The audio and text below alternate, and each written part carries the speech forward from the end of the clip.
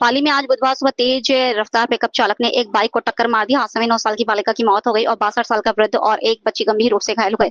तत्काल प्रभाव से निजी वाहन के द्वारा सभी को बांगड़ अस्पताल पहुंचाया गया, जहां बच्ची की मौत हो गई। घटना औद्योगिक नगर थाना एरिया के राजेंद्र नगर कृष्ण मंदिर के पास मोड़ पर हुई, जहां एक पिकअप ने बाइक सवार को टक्कर मार दी। हादसे में सुल्तान स्कूल के पास रहने वाली 9 साल की हर्षिता पुत्री हेमराज चारण की मौत हो गई।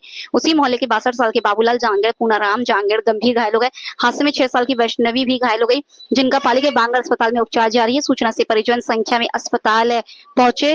पुलिस द्वारा सबको अस्पताल के मर्चुरी में रखवाया गया है एवं उक्त पिकअप वाहन को जब्त किया गया है। सुमेरपुर उपखंड क्षेत्र के दुजाना ग्रामीण समेत देवी पन्नालाल रणावत राजकीय उच्च माध्यमिक विद्यालय अंग्रेजी माध्यम में करुणा केंद्र तकतगढ़ के केंद्र अधीक्षक मीठालाल पदाधिकारी सोहनलाल महादेव सिंह सोलंकी जीवाराम प्रजापत ने पहुंचकर करुणा क्लब के अंतर्गत चलने वाली नेशनल कॉन्फ्रेंस की गतिविधियों को समझाया। विद्यालय में करुणा क्लब का रजिस्ट्रेशन किया गया और साथ ही इस अवसर पर विद्यालय में 361 विद्यार्थियों को करुणा क्लब से जोड़ा गया और शपथ दिलाई गई। संस्था प्रधान जोंगाराम साथी अध्यापक हंसाराम लेखराज वर्मा किशन सांकला ने स्वागत एवं धन्यवाद अर्पित किया। रायपुर के बरग्राम में आज डिस्कॉम कार्यालय में अधिशासी अभियंता भगाराम पेड़ीवाल के सानिध्य में बर डिस्कॉम कार्यालय सहित अन्य सरकारी कार्यालयों में स्मार्ट मीटर लगाकर शुरुआत की गई। इस दौरान डिस्कॉम कार्यालय, जलदाय विभाग कार्यालय, ग्राम पंचायत इत्यादि जगहों पर स्मार्ट मीटर लगाए गए। वहीं अधिशासी अभियंता भगाराम पेड़ीवाल व कनिष्ठ अभियंता बाबरा सोहन सिंह ने स्मार्ट मीटर व बिजली मित्र ऐप के बारे में जानकारी साझा की और उपभोक्ताओं को फायदे के बारे में जानकारी दी।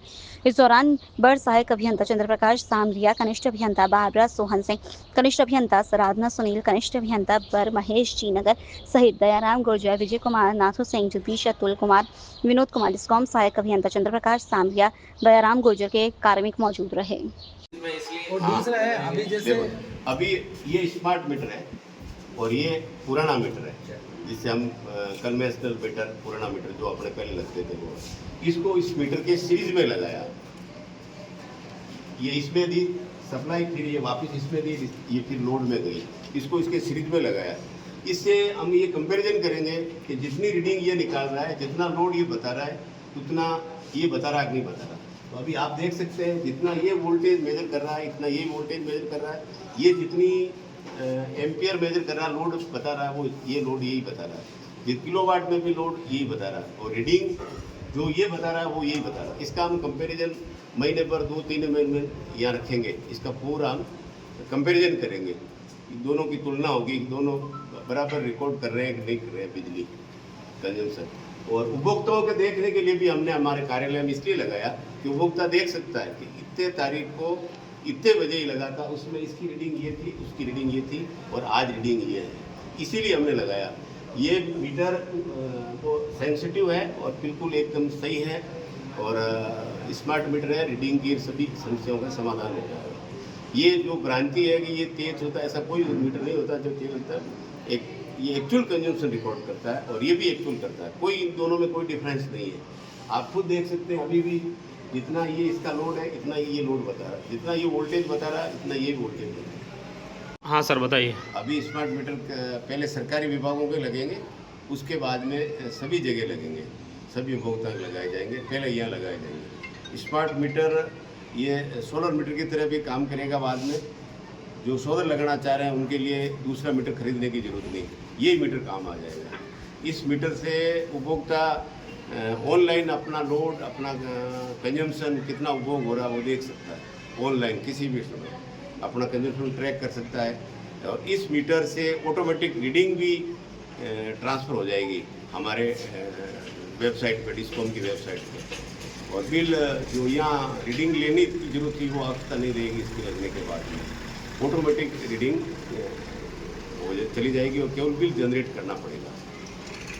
और दूसरा इससे जो भी पहले जैसे बिल गलत आने का था, रीडिंग ज़्यादा ले ली, वो सभी इससे छुटकारा मिल जाएगा उन गलतियों से। ये एकदम सही काम करेगा। पुराने मीटर जो थे वो कन्वेंशनल थे, ये स्मार्ट मीटर है। इसमें सोलर मीटर का नेट, इसमें नेट मीटर का भी प्रावधान है। शुभ नाम सर आपका? भगाराम। अच्छा, पद आपका? एक्सियन। ठीक सर। कि आपको उपभोक्ता को बिजली ऑफिसों के कम से कम चक्करों की ज़रूरत पड़ेगी, ना कि बराबर ही पड़ेगी। उपभोक्ता को बिजली ऑफिसों के चक्कर लगाने की कोई आवश्यकता नहीं है। उनके पास बिजली मित्र का ऐप है। यहाँ वो ऐप में अपने के नंबर से रजिस्ट्रेशन कर सकते हैं। जैसे मैंने अपने के नंबर से इसको रजिस्टर कर रखा है। यहाँ इसको हम लॉगिन करेंगे। लॉगिन करने के बाद ये मेरे स्मार्ट मीटर का यहाँ पर आइकन शो करेगा। यहाँ पर इसमें ये स्मार्ट मीटर का आइकन है। ये स्मार्ट मीटर आइकन आते ही ये मेरे घर में स्मार्ट मीटर लगा हुआ है, ये उसकी रीडिंग मुझे दिखा रहा है। ये उस रीडिंग के ये वहाँ पे 9844 रीडिंग चल रही है। हम इसको आगे बढ़ाकर ये भी देख सकते हैं इसमें कितना वोल्टेज चल रहा है, कितना एम्पियर चल रहा है, कितना पावर फैक्टर चल रहा है, किस तारीख को। और ये मेरा कंजप्शन बता रहा है कि इस महीने में मैंने कितनी यूनिट चलाई है। ये मेरा ग्राफ भी बता रहा है कि पर डे की भी ये रीडिंग बताता है कि पर डे मैंने कितनी यूनिट चलाई है, महीने की भी बताता है, हर घंटे की भी बताता है। और सब ऐप है इसमें, और ये जैसे सारा हम लोग बिल की हिस्ट्री इसमें देख सकते हैं आप। एनालिसिस हम इसमें कर सकते हैं। ये ऐप तो इसमें ऐप में ये सुविधा सारी है। ट्रांसपेरेंसी आपके खुद के एप्लीकेशन पे है। और इसकी एक सबसे अच्छी सुविधा ये है कि आपको अगर किसी भी चीज़ में कोई भी समस्या लगती है तो इस ऐप के अंदर अपने पास सारी सर्विसेज अवेलेबल है। बिल्कुल है। आपको लगता है कि कंप्लेंट नोट करवा सकते हैं आप। मेरे मीटर में कोई रीडिंग या कोई गलती से डिफेक्टिव आ गया तो यहाँ सेंड मीटर का ऑप्शन है। यहाँ पे आप अपने सेंड मीटर लें, यहाँ पे चूज फॉइल करके यहाँ पे फ़ोटो क्लिक कर लें, टेक फोटो। ये आप इसके अंदर फ़ोटो इसका कर सकते हैं। आप बिल खुद जनरेट कर आप सकते अपना हैं, खुद सेल्फ बिल जनरेशन का भी है। तो ये पूरी जैसे देखो पूरी मेरे ये तरीके से डाउनलोड ये किया हुआ हाँ है, जी। आप देखें ये मेरा डाउनलोड। मारवा जंक्शन के राज ऋषि मेडिकल कॉलेज परिसर पर शिक्षा अधिकारियों एवं प्रधानाचार्य की ब्लॉक स्तरीय 2 दिवसीय वाकपीठ का आज समापन हुआ।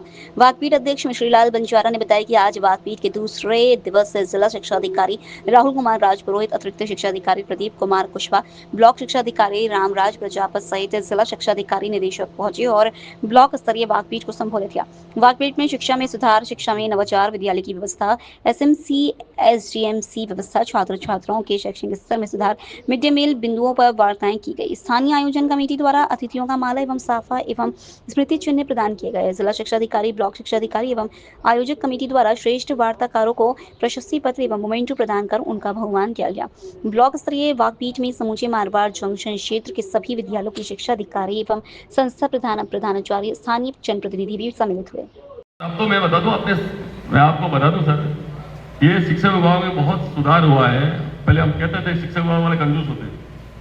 आप स्कूलों में जाके देखिए, शिक्षकों के द्वारा हजारों रुपए के काम करवाए गए हैं।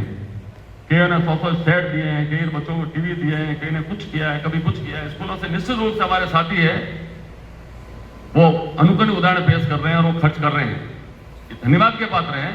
तो इस तरह ये प्रिंसिपल ये चीज देखें, आप छोटे मोटी चीज के लिए गड़गड़ाओ मत। आप स्वयं सक्षम हो स्टाफ के सहयोग से, भामा साहब के सहयोग से। जो चीजें मैं बता दूं आपकी छोटी मोटी चीज है, पपड़ियां लग रही है, आप मालूम है छतों पर नहीं करा सकते। अरे इस पपड़ी को तो हटा सकते हो, आयरन 100 दिखती हो, आयरन दिख रही तो उस पर आयरन कलर करा दो, कम से कम वो गिरे तो नहीं बच्चों में। अब तो काफी सावधानी रखी, अपने वो क्षतिग्रस्त भवन थे उसको सीज कर दिया, बंद कर दिया, अच्छी बात है। लेकिन ये करोड़ों रुपए का मामला है, ना तो सरकार दे सकती है ना विभाग दे सकता। अपनी सुरक्षा अपने को करना है और समय पर जैसे अभी सूचनाएं मांगी अपने बनवा दी और आगे भेज दिया। आएगी ऐसी बात नहीं, अभी करीब 65 स्कूलों और पहले 100 स्कूलों के लिए कभी 4 लाख कहीं 8 लाख पैसे आएगी, वहां कार्य होगा। इसके अलावा और प्रस्ताव भी अपने भेजे हैं, और भी पैसा आएंगे। तो दूसरा ये चीज ध्यान रखो, आप जब भी काम चले, चाहे ग्राम पंचायत से हो चाहे संस्था से हो, छाती पे खड़े रहो। आप ठेकेदार से अच्छा काम करो, गलत काम है तो उसी समय रोको उसको, बाद में कहोगे ठेकेदार ने ऐसे ही कर दिया था। पाली की नया गांव बस्ती में एक मकान की छत पर 45 साल के एक युवक का शव पड़ा मिला। परिजनों का आरोप है कि जिस युवक की दुकान के ऊपर कमरे में शव मिला वह अवैध रूप से देर रात तक शराब का धंधा करता है, लोगों को घर पर बिठाकर शराब पिलाता है। परिजनों का आरोप है कि मृतक के शव पर चोट के निशान है। जरूर युवक के साथ अनहोनी हुई है।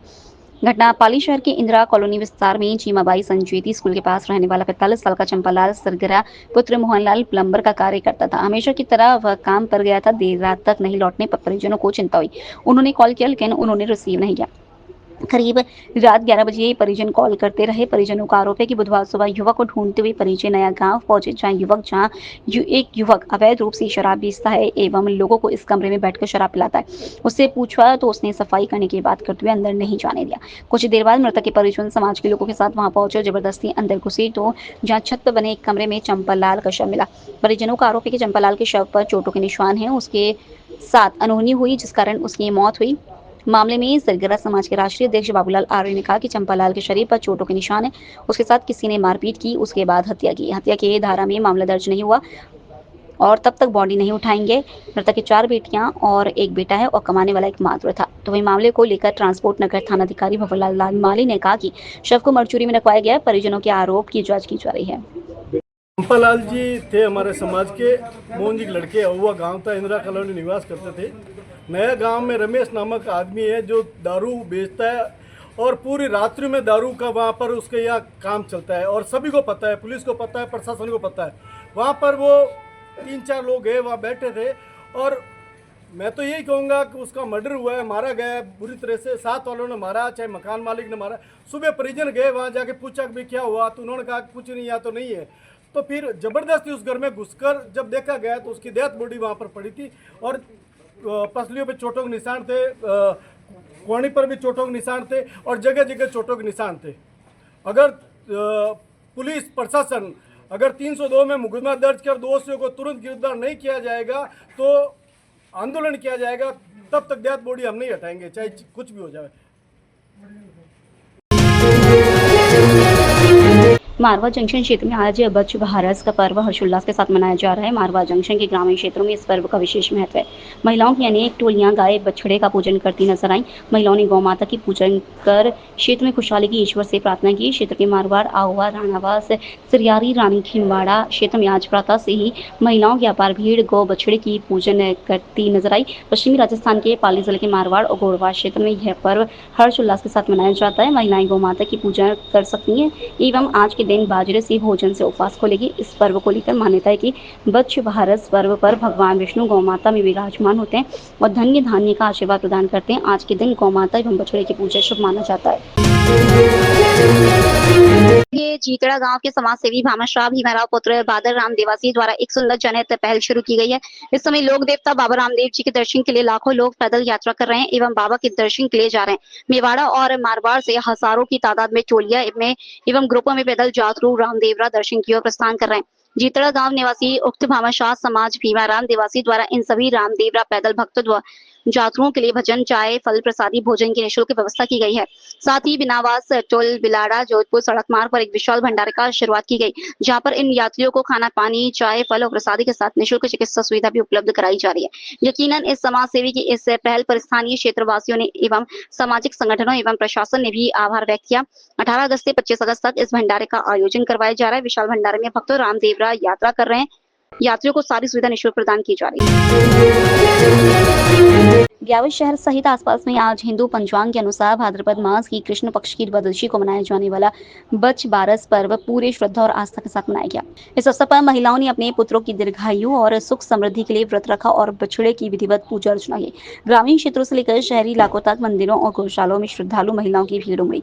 वहीं व्रत रखने वाली महिलाओं ने प्रातःकाल स्नान कर पारंपरिक परिधान धारण की और पूजा की थाली सजाकर गौ माता और बछड़े की पूजा की। पौराणिक मान्यताओं के अनुसार बच्च बारस के दिन बछड़े की पूजा करने से भगवान श्री कृष्ण का आशीर्वाद प्राप्त होता है और संतान की रक्षा होती है। महिलाएं इस दिन दूध और दूध से बने पदार्थों का सेवन नहीं करती और संतान सुख की प्राप्ति व जीवन में सुख शांति की प्रार्थना करती है।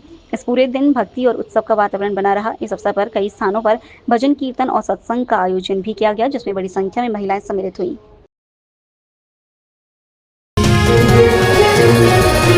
राकांव समाज के पूर्व राष्ट्रीय अध्यक्ष संघवी बाबूलाल शर्मा ने 7 दिवसीय अपने परिजनों के साथ बस यात्रा संघ का आयोजन समाज के महंत चूटा रामदास महाराज हरिहर दास महाराज के सानिध्य में तकतगढ़ से रवाना किया, जहां समाज के राष्ट्रीय मीडिया प्रभारी विजय वैष्णव ने माला साफा से स्वागत कर उनके मंगलमय यात्रा की कामना की। संघ का पाली समाज बंधुओं द्वारा स्वागत के बाद जोधपुर मसूरिया बाबा रामदेव मंदिर ओसिया माताजी रामदेवरा देखनोक पहुंचा, जहाँ नोखा समाज बंधुओं द्वारा स्वागत सम्मान किया। संघ का सालसर में समाज सेवी भवरलाल रोडू, गोमा राम द्वारा भव्य स्वागत के बाद खाटू श्याम मेहंदीपुर बालाजी होते हुए पुष्कर पहुंचा, जहां अध्यक्ष महावीर प्रसाद द्वारा स्वागत सम्मान किया गया। रास्ते में ब्यावस अध्यक्ष जुगनू शर्मा, समाज सेवी अर्जुन दास नारवा, कमल किशोर शर्मा द्वारा भी स्वागत किया। तत्पश्चात संघ चारभुजा पहुंचा, जहां स्वागत सम्मान का आयोजन किया गया। संघ नाडोल, आशापुरा माताजी, मुंडारा, चामुंडा माताजी मंदिर, निम्बेश्वर महादेव होते हुए गंतव्य स्थान तखतगढ़ पहुंचा। संघ में इनके पारिवारिक सदस्य सहित 250 यात्रियों ने यात्रा की। अंत में संघवी बाबूलाल